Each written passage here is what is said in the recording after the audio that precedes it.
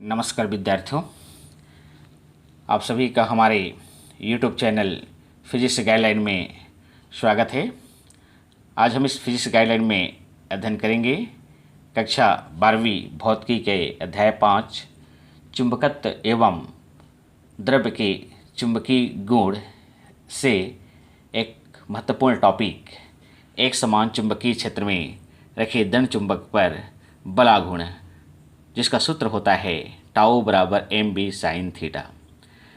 विद्यार्थियों, हमें इसी सूत्र की व्युत्पत्ति करनी है, तो हम इस सूत्र की व्युत्पत्ति पर चर्चा करें। इसके पहले मैं उन विद्यार्थियों से निवेदन करूंगा जिन्होंने अभी तक हमारे YouTube चैनल फिजिक्स गाइडलाइन को सब्सक्राइब नहीं किया है, वो अवश्य सब्सक्राइब करेंगे, क्योंकि आपके सब्सक्राइब करने से, लाइक करने से हमें आपके लिए फिजिक्स के महत्वपूर्ण टॉपिक पर वीडियो बनाने की आपसे प्रेरणा मिलती है। और इस वीडियो को आप शुरू से अंत तक अवश्य देखिएगा। तो आइए हम चर्चा करें एक समान चुंबकीय क्षेत्र में रखे दंड चुंबक पर बलाघूर्ण के समीकरण की व्युत्पत्ति पर। विद्यार्थियों, इसके लिए आप इस चित्र पर ध्यान दीजिएगा, क्योंकि समीकरण की व्युत्पत्ति इसी चित्र पर पूर्णतः निर्भर करता है। जैसे चित्र में मान लेते हैं कि NS एक दंड चुंबक है जिसकी प्रभाव का लंबाई 12 है, ध्रुव प्राबल्य स्मॉल m है। यह चुंबक एक समान चुंबकीय क्षेत्र B पर थीटा कोण बनाते हुए रखा गया है। तो इस चुंबकीय क्षेत्र B के कारण इस चुंबक के उत्तरी ध्रुव एवं दक्षिण ध्रुव दोनों पर एक समान एवं परस्पर विपरीत दिशा में बल M भी कार्य करता है। विद्यार्थियों, यह बल M भी हमने प्राप्त किया है चुंबकीय क्षेत्र की तीव्रता B बराबर F/m से। यदि यहाँ से हम F निकालेंगे तो M भी, इसी सूत्र का प्रयोग यहाँ पर किया गया है।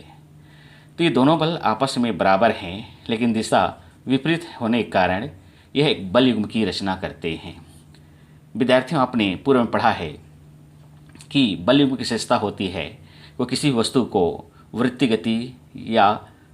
गति मार्ग में घुमा देता है।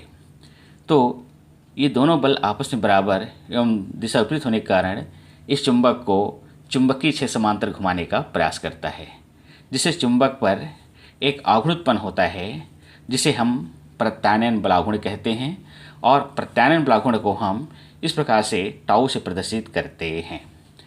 तो यदि हम सूत्र रूप में लिखें तो हम इसको इस प्रकार से लिख सकते हैं, जिसे मैंने यहाँ पर नीचे आपको दिखा रहा हूँ कि सूत्र रूप में लिखें तो प्रत्यानयन बलाघूर्ण टाउ बराबर होता है एक बल इंटू उनकी बीच की लंबवत दूरी।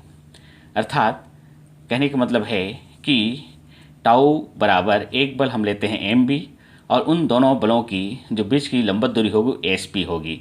जैसे आप इस चित्र में पुनः थोड़ा ध्यान दीजिएगा, इन दोनों बलों की जो बीच की दूरी होगी MB और एक ऊपर बल M भी है, तो लंबवत दूरी होगी SP। लेकिन समकोण त्रिभुज NPS में हम साइन थीटा का मान निकालेंगे, तो साइन थीटा बराबर होगा SP/NS, और साइन थीटा बराबर लंब बटे कर्ण। तो अब चित्र में देखेंगे तो चित्र में लंब होगा SP और कर्ण होगा NS। यहाँ से हम SP निकालते हैं तो इस SP बराबर हो जाएगा NS साइन थीटा। अब इस NS चित्र में आप देखेंगे तो NS की जो लंबाई है वो 2L के बराबर है, जिसे हम चुंबक की प्रभाव का लंबाई कहते हैं।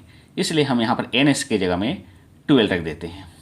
अब इस SP बराबर 2L साइन थीटा के मान को जो हमने समीकरण 1 में जिसे दिया है, उस समीकरण 1 अर्थात जिसे मैं यहाँ पर लिखा हूँ टाउ बराबर MB इंटू SP में रखते हैं, तो हमें समीकरण इस प्रकार से प्राप्त होता है कि टाउ बराबर MB into 2L sine theta.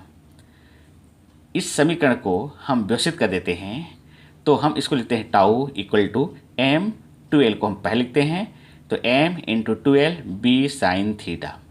अब हमने पूर्व में पढ़ा है कि स्मॉल m इंटू 2L ये होता है चुंबकीय आघूर्ण का सूत्र, अर्थात कैपिटल M बराबर होता है स्मॉल m इंटू 12।